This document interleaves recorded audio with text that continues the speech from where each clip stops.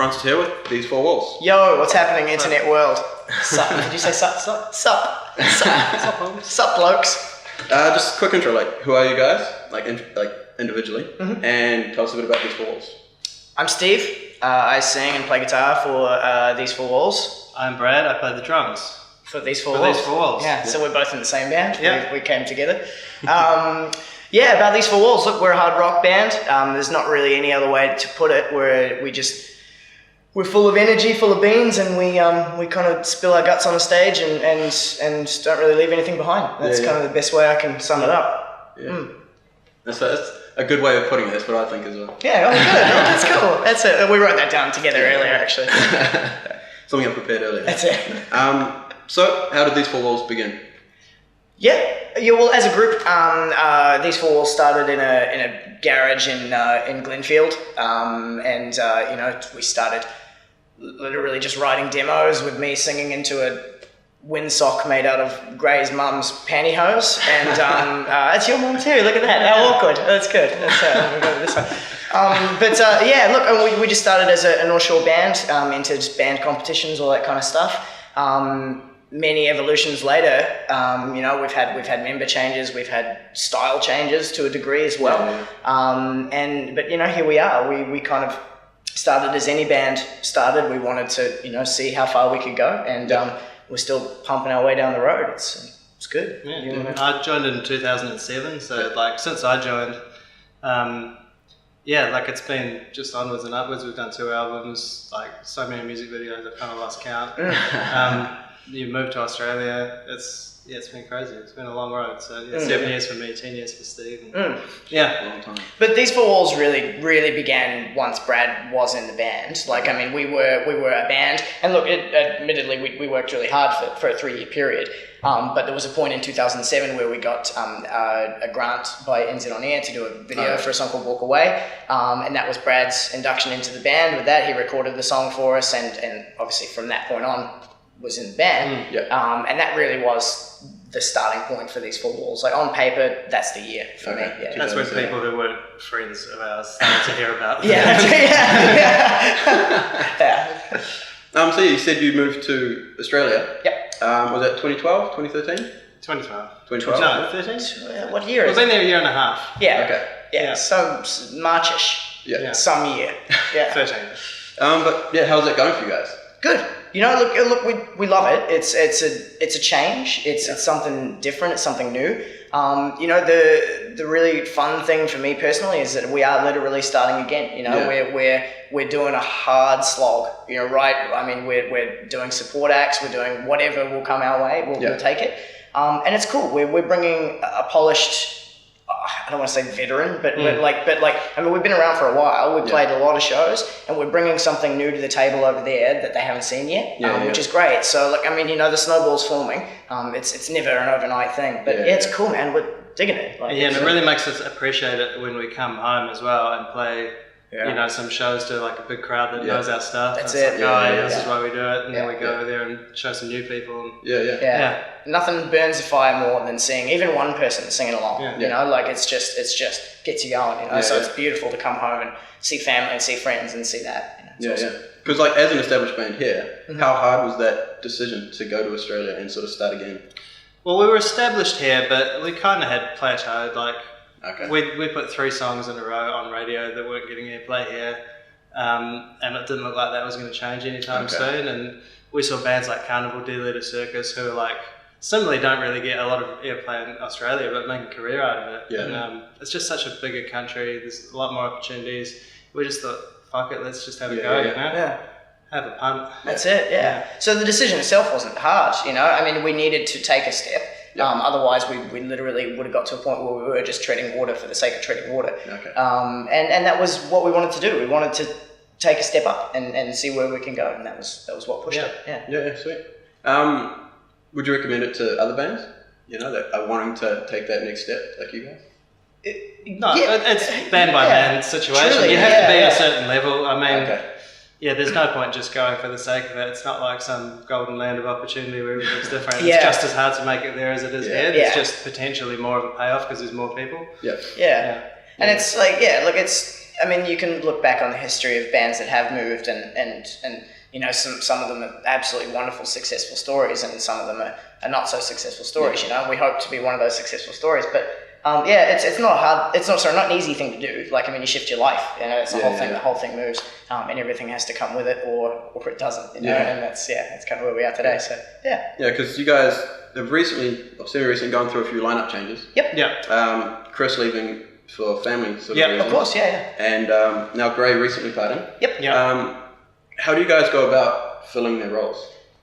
It's tough. Because they're big shoes to fill, both of those instances. And we've been lucky enough to get a bass player named Elliot Burton who's really like stepped up and filled Chris's place. It took a while to find him. And Gray's only just left like a month ago, so we don't even know where to start. we do have prospects, which is a good thing. Look, I mean, the other good thing about the Australian circuit is that there are significantly more musicians. You know, it's obviously a per capita thing. So we do have people on the chopping block that we are looking at the moment, which is great. So it's not something that's kind of like, oh, we're screwed kind of thing. So it's all really positive, and obviously with this Devilskin tour, we've had Steve Bogue from City of Souls and In Dread Response playing guitar for us. And it's been great, you know. He's been awesome. He's been amazing, you know. So it's nice to know that we've got people to fill those shoes.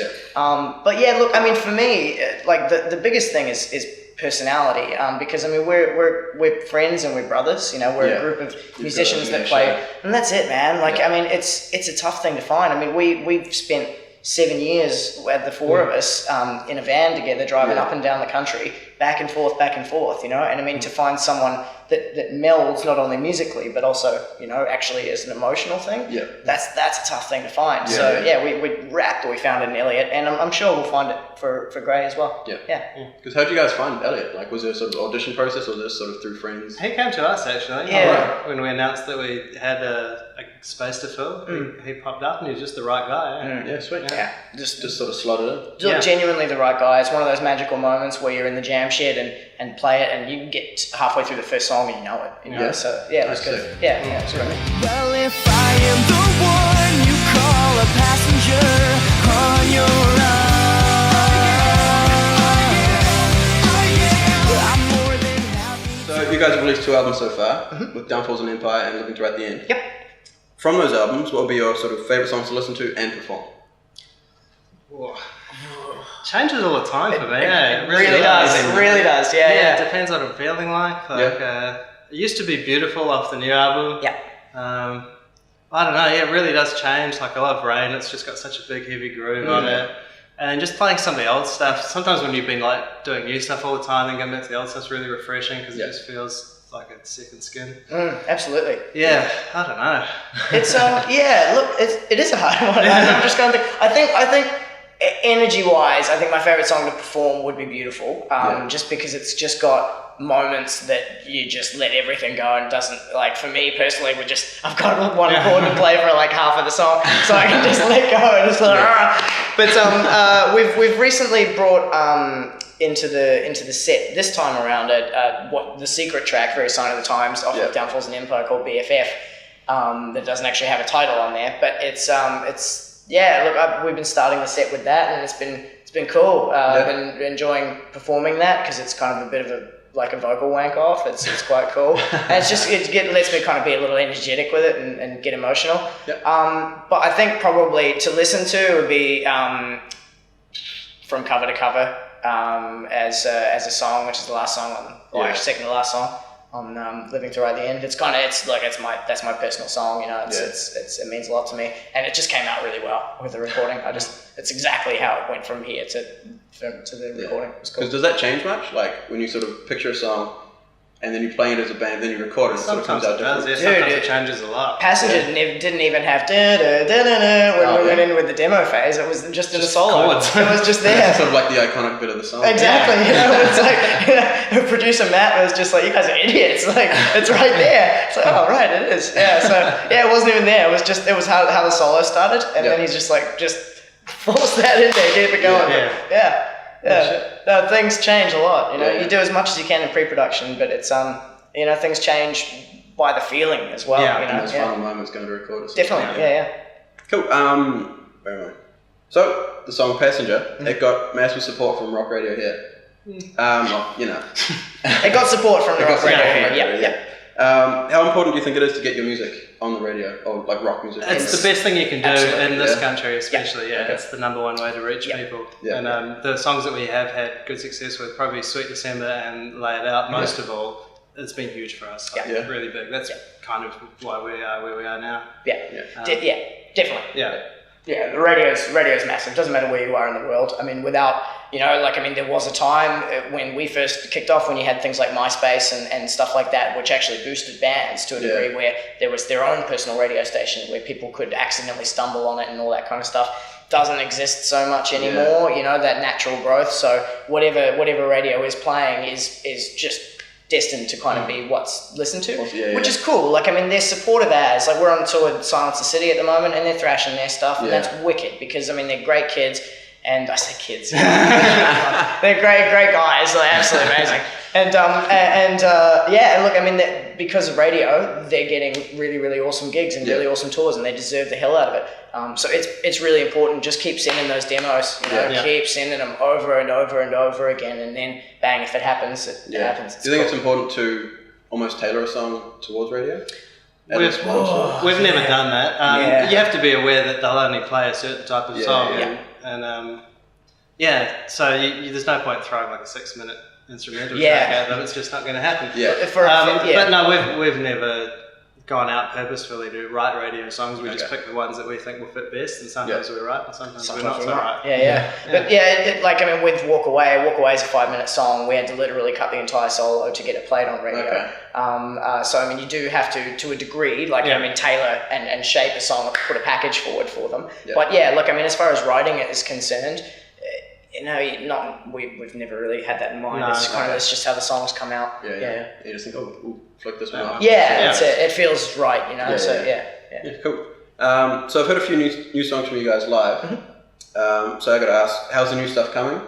And when may we expect some new releases, like singles or albums? Yeah, look, I mean, definitely this year, definitely. If we got nothing for you by halfway through the year, we're not doing our jobs, right? Look, definitely, man. We're writing hard. Like, I mean, with Gray overseas, Gray's still helping with writing. So he's been sending some demos recently. We've probably got demos. We've probably got 10 or so on the chopping block at the moment.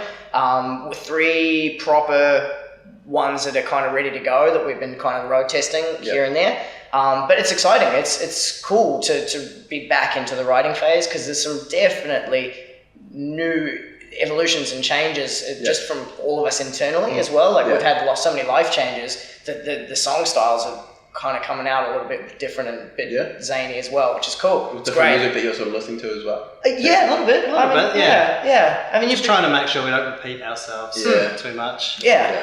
Not just change for the sake of change, but just where we are. The next evolution of what we do. Exactly. It's cool that Gray's still got his because it'd be hard for him to sort of fully step away because it's he's been there the whole time. Definitely. So is that something he said? Like, I'm going to leave, but I still want to. Yeah, he was always really keen. I mean, going to Belgium was just something he got an opportunity to go. He wanted to do it because he's kind of just turned 30 recently and never had a chance to travel like a lot of people do in their 20s. And he got that opportunity, so he just wanted to take it. But I don't think he really wanted to leave the band. Like, if he could have stayed in and traveled, he would have done that. But it's a little hard in this aspect of being a physical being in the band kind of thing. But if we had the right guy who was just absolutely perfect to fill a space, and he walked through the door 2 weeks from now, I'd say it would be a 5-piece. I mean, he's a founding member, and he'll always be one. So sweet. So on that, how do you guys approach the writing process? Look, I don't know if it's old school or if it's not. No, it's not old school. We don't really jam stuff out so much. We really, like, Gray and I will write ideas. We'll send it out. It'll get scrutinized and critiqued and everything like that, and then the ones that kind of aren't just tossed straight back will come into the jam room, and then that's when we really meld it all together. So it all starts with a blueprint, and then at that point, musically first, almost 99% of the time. I'm not so much of a lyricist that I come with sheets of paper and say, let's write a song about this. Lyrics will always come second for me. I started playing guitar before I started singing, so I love getting a groove and getting a feel first, and then the idea comes from there.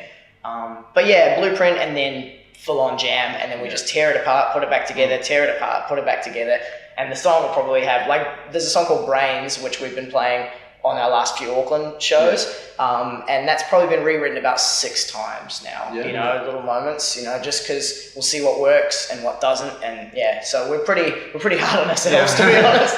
Do you sort of play a song and see what comes back live, see like from the crowd, like, definitely. Okay, this part really killed it, that part sort of. Absolutely, and that's kind of where we are with songs at the moment, is we're looking into our past as to what's worked really well in a live sense, because I mean, man, that's what we do it for. We really do it for our live shows. You know, recording's amazing, the process is great, writing's awesome, but once you kind of step out on that stage, it's just, that's where it's at, man. It's just it's cool. Written for the stage. That's it. Definitely.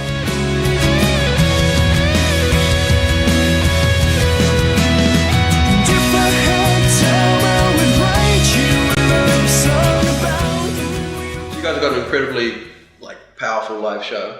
Thank you. What do you do to get hyped and in the zone before hitting the stage? I don't know, we just kind of, we've always had a thing between us that we try to put on the same intensity show, no matter if there's 10 people out there or 10,000 people. We've got to almost 10,000 anyway. Almost, and that's just something that we always take really seriously. I don't know if there's any, I guess every person has their own little thing they do to get ready for it.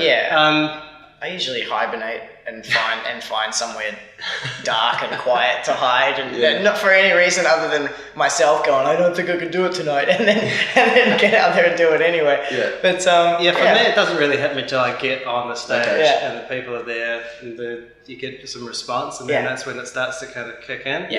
Otherwise, if there's less people, I'm just locking in with the other guys, and we're just putting on the show. Kind of, we play as much for ourselves as for people out there. So, that's a good way to sort of trigger it, I guess, is to be playing off each other. But there is something. We've kind of traditionally before every show, I don't know if it's good luck or bad luck, because we've had bad shows and good shows. You can do it, hand in. Okay, you ready? You're in. Okay, and it's Whoa Bundy. Okay, so Whoa Bundy. Every show. I don't know if it's a good thing or a bad thing, but it works. It's a bad thing. When did that come in? A long time ago. Long time ago. Yeah, we've done that many times, to the point where it's just... We don't even know why we do it anymore. It's from Married with Children, obviously. Okay, so that's a show that probably none of us have watched in 10 years. That's it, But that's kind of the one thing that we do before every single show. Everyone has their own little pre-show rituals. Cool. That's an odd one though. Yeah, that is weird. It is odd. Look, I'm not even going to tell you what we did before that. That's fine. That was odd. So as you said, you guys have been recently on tour with Devilskin. On their Surrender Summer tour. With you guys being based in Australia now, how did that tour come about?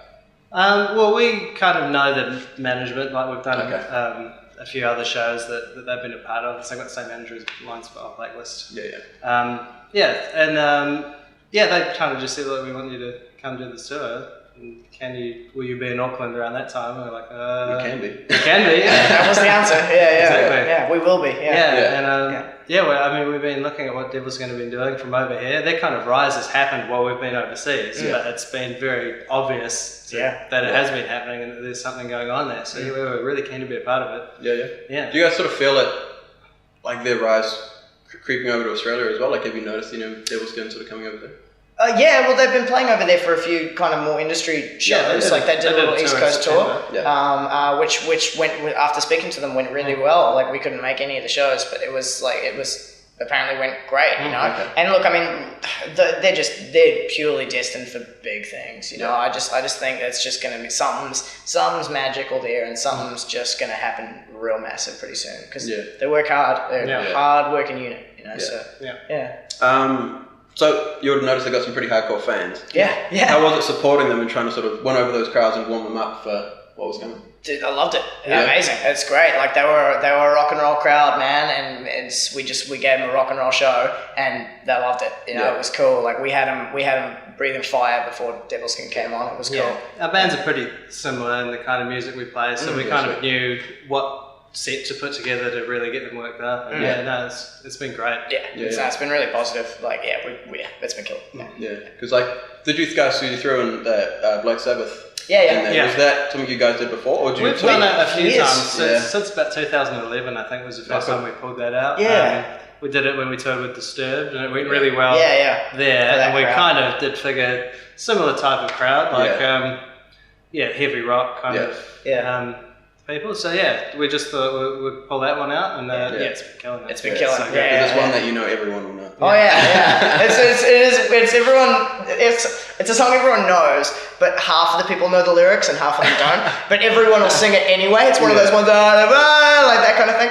We were playing in Brewers, and the crowd was louder than what I was. And so they were out singing me with the wrong words, and I'm just thinking to myself, God, I hope I've got the words right at this point. It was great though. I loved it. I mean, that's a feeling when the crowd's singing louder than you are. Like that's insane. Like out singing the PA sort of thing. Yeah, they were at it. Yeah.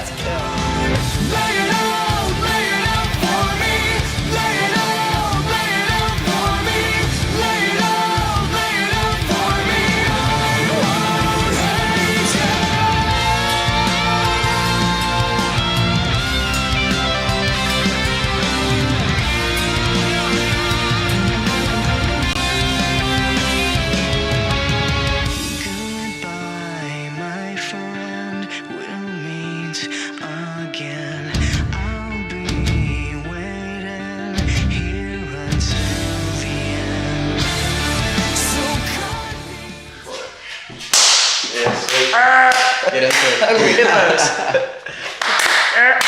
We all did it once. It's gonna be really confusing.